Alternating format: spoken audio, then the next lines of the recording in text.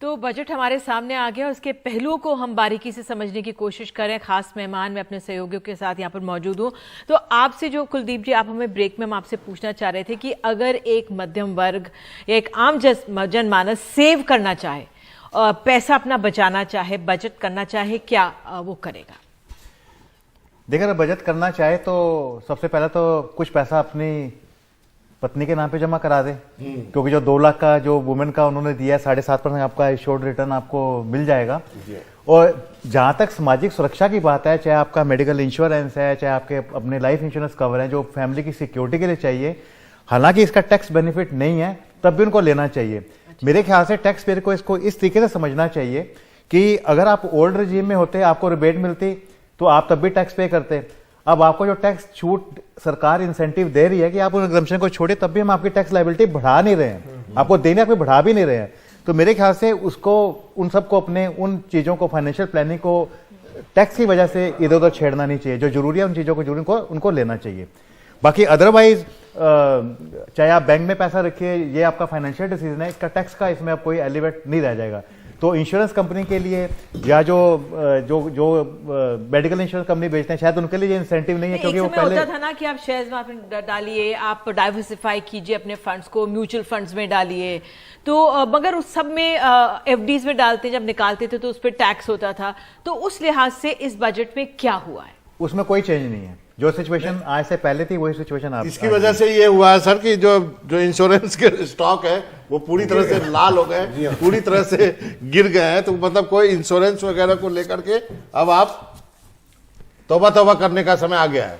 नहीं सर, देखो लोग, अब ये परसेप्शन है, थोड़े दिन के बाद मतलब कि राजेश जी जो इन्होंने बात कही थी, बहुत इंपॉर्टेंट बात कही थी कि जो हमारी भावी आगे की पीढ़ी है, जो 2040 में जो होगी, उनके पास बजट का क्या जरिया होगा? क्योंकि हम जो भारतीय, हम अपनी LIC, FD, म्यूचुअल फंड, थोड़ा ये संभल के अपना पैसा संभालते थे।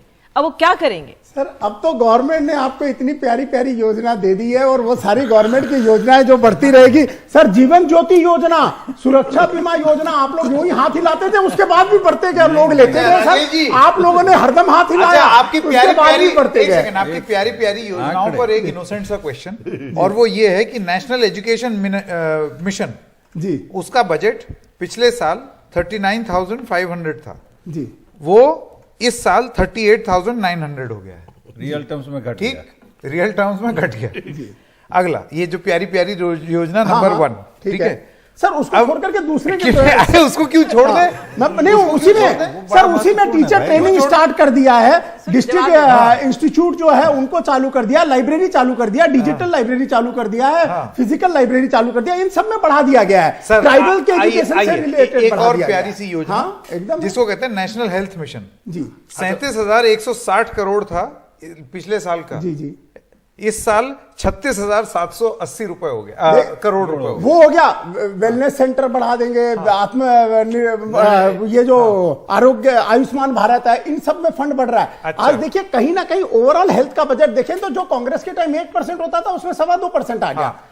जीडीपी का 2.25, देखिए जीडीपी भी बढ़ी है, उसका 2.25। आयुष्मान भारत की बात की, आपकी तीसरी प्यारी योजना, उसका बजट का एस्टिमेट था, बजट अलॉटमेंट था 2022-23 में 4,177 करोड़। रिवाइज एस्टिमेट हुए 1,885 करोड़, यानी कि आपने कम खर्चा किया जी। मतलब आप 50% भी यूज नहीं कर पाए। नहीं, वो कोरोना के लिए उसको बढ़ाया गया था। आपको इस बार कोरोना था, इस बार बजट में प्रावधान, इस बार बजट में प्रावधान 4200 करोड़ का है आयुष्मान भारत जी, जबकि आप पिछले साल पूरा यूज भी नहीं कर पाए। सर, मैं आपको बताऊं, कोरोना के टाइम बहुत ज्यादा लोगों ने यूज किया, कोरोना के टाइम पे ज्यादा बजट को एलोकेशन करना पड़ा, क्योंकि 22 करोड़ लोगों ने यूज किया है। मानना पड़ेगा इस सर, आयुष्मान भारत 22 करोड़ ने यूज ज्यादा किया है। नाम नहीं लिया गया है। प्रवीण सर, आपसे ये जानना चाहूंगा, ये जो 7 सप्तऋषि जिसे कहा गया है, इस पे थोड़ा चर्चा करने। क्या इंक्लूसिव डेवलपमेंट, समावेशी विकास, मैंने हिंदी में लिखा आपके लिए, रीचिंग लास्ट माइल, अंतिम आदमी तक पहुंचना, बुनियादी ढांचा और निवेश, अनलीजिंग जो है potential, green growth, youth power और फाइनेंशियल सेक्टर जी, ये जो 7 जो पॉइंट है, क्या आपको लगता है ये इंजन है जो इस बजट का? ये तो जो कहते हैं ना, वो मार्गदर्शन वाली बात जी है जी। तो आप जरूर मार्गदर्शन जो है इन क्या कहा जाए, नारों को लेके अपने लिए सोचते रहें, लेकिन उसको आप कैसे ट्रांसलेट करते हैं, एक्चुअल जो स्कीम्स हैं, योजनाएं हैं, वो बहुत महत्वपूर्ण सवाल है। और इसलिए मैं बार बार एम्फेसाइज कर रहा हूं एक्सपेंडिचर साइड को। उसमें क्या होगा, उसमें अगर आप देखिएगा तो उसमें तो कहेंगे ना कि हम एक्सपेंडिचर जो है 33% इंक्रीज करने वाले हैं। कैपेक्स पे आपने किया ना, हाँ। सही बात है। वो तो मैंने शुरू में उसका स्वागत किया, कहा कि भाई अच्छी चीज 10 है, लाख करोड़ का आप है इसको ना। कंटिन्यू करें, अच्छी बात है। इंफ्रास्ट्रक्चर पे जो है, क्योंकि इंफ्रास्ट्रक्चर का जो गैप है हमारा और ओवरऑल उससे जो इकोनॉमी की कैपेसिटी होती है, उस पर जो प्रभाव पड़ता है बहुत महत्वपूर्ण है उसमें। लेकिन आपको ध्यान देने की बात यह है कि उसका जो स्ट्रक्चर है, उसकी संरचना क्या है उस एक्सपेंडिचर की। ग्राम सड़क योजना वो इनफैक्ट नॉमिनल टर्म्स में उसी जगह है जहां थी। आप देख लीजिए पिछले बजट को और इस बजट को, रियल टर्म्स में फिर घट जाता है वो। तो इस सब तरह की जो चीजें हैं, ऐसा क्यों था 80 के दशक में 5.5% ग्रोथ, जो एनुअल, जो डेकेडल ग्रोथ जो था हमारा एनुअल, उससे आप 2% लेबर ऑब्जॉर्प्शन कर रहे थे। अभी आपका क्या है, 7-8% ग्रोथ के बाद भी लेबर ऑब्जॉर्प्शन क्या है आपका? यही है सवाल स्ट्रक्चर का। आप उन चीजों को कैसे एडजस्ट इसमें करेंगे? एक सवाल जो अमीरुल्लाह जी मैं आपसे पूछना चाह रहा था कि जैसे मनोरंजन कह रहे हैं कि हेल्थ पर, एजुकेशन पर ज्यादा चर्चा नहीं है, लेकिन एक तीसरी चीज जो है सड़क के ऊपर हमेशा आप पिछले 9 साल से अगर देखेंगे तो मोदी सरकार का खासा जोर रहा है, वो चाहे एक्सप्रेसवे हो या फिर नेशनल हाईवेज का हो। लेकिन इस बारे में इस बार जो ज्यादा उल्लेख न करना वित्त मंत्री का, क्या ये भी दिखाता है कि सड़क को लेकर के उन्हें लगता है कि कम से कम जो उनकी अपेक्षाएं थी वो पूरी कर ली गई है?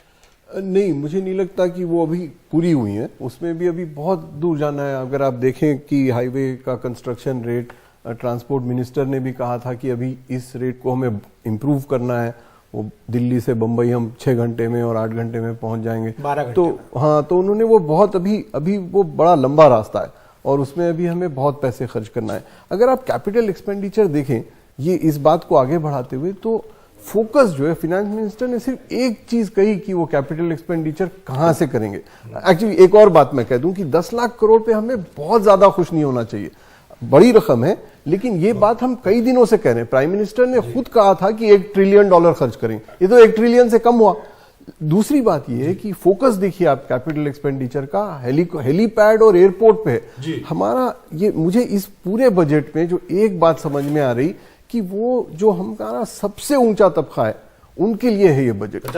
उस वजह से ये पॉपुलिस्ट बजट है, क्योंकि हमारी पॉलिटिकल इन्फ्लुएंसर जो है वो हमारा 10% है और हमने उन 10% को खुश कर दिया है। ये जो 1000 पॉइंट आपने देखा है बढ़ते हुए 1200 पॉइंट, मेरा दावा है, अब कल देखिए क्या होगा। सर, आपने कहा आप अपना स्टॉक मार्केट की बात कही, हमारे सहयोगी वहां पे है, सीधे सोहित के पास चलते हैं। सोहित, आप वहां पर हैं, लोगों से लोग हैं आपके पास, आप बताएं वहां पे क्या है।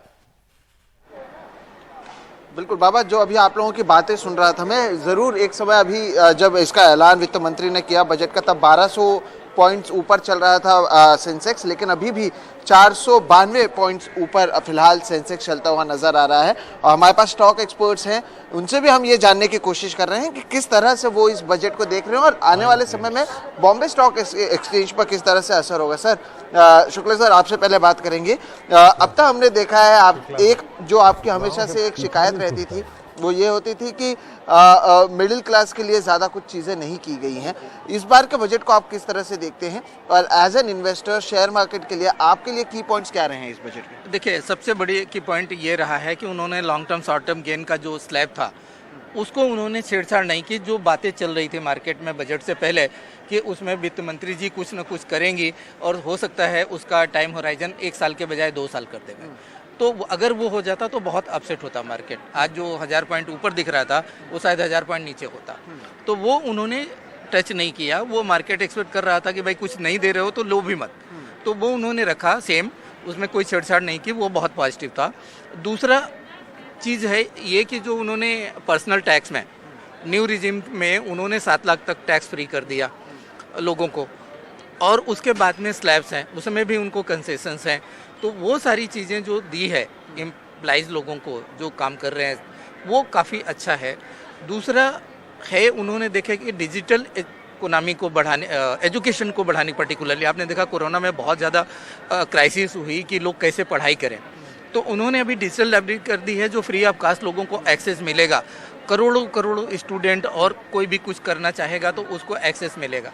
दूसरा, सिंप्लीफिकेशन ऑफ केवाईसी कि मुझे लगता है कि अभी गवर्नमेंट सिंगल केवाईसी की ओर बढ़ रही है, जैसा उन्होंने बोला कि your pan card is your identification. ये बड़ा इनिशिएटिव होगा और मोस्टली बहुत लोगों के पास, मुझे लगता है कम से कम 70-80 करोड़ लोगों के पास पैन कार्ड तो है।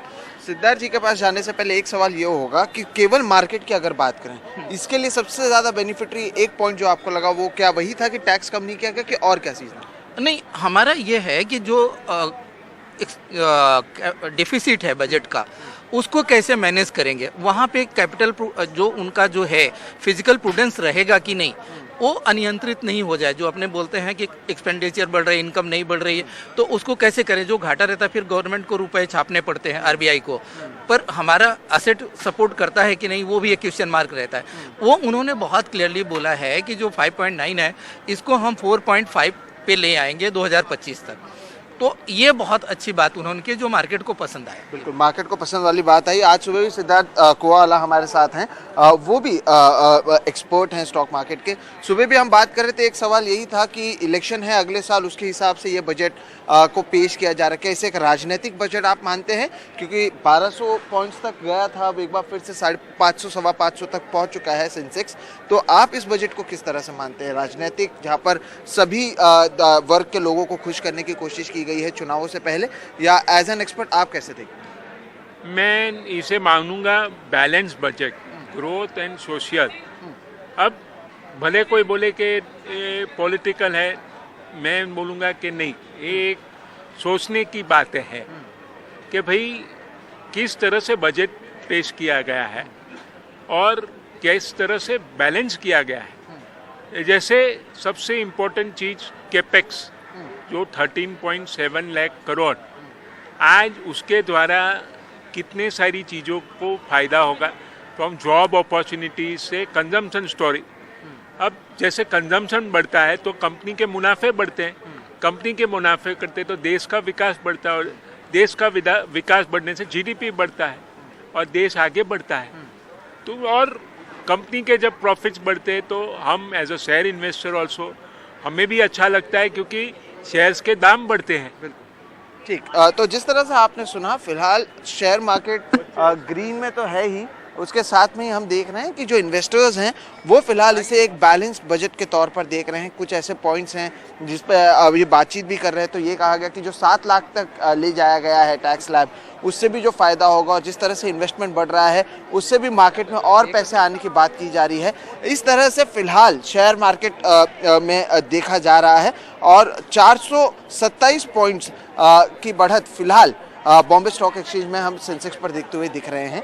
कुछ युवा छात्र भी हैं जो यहाँ पर पढ़ाई करते हैं मार्केट के, हम उनसे भी बात करने की कोशिश करेंगे। लेकिन फिलहाल जो जानकारी मिल पाई है वो जो जानकारी यहाँ से दे रहे हैं स्टॉक मार्केट के पास वापस आएंगे। दरअसल एक चीज मैं और यहाँ पर बताना चाहता हूँ, क्योंकि अभी राजेश जी ने थोड़ी देर पहले बोला था प्यारी प्यारी स्कीम्स, तो प्यारी स्कीम्स की श्रृंखला में आइए एमएसएमई सेक्टर के बारे में बात कर लें। Guarantee emergency credit line scheme to MSME, पिछले साल का आपका बजट एस्टिमेट था बजट में 15,000 करोड़ का, इस साल 14,000 करोड़ है। अब एमएसएमई स्कीम को आप कैसे रिझाएंगे?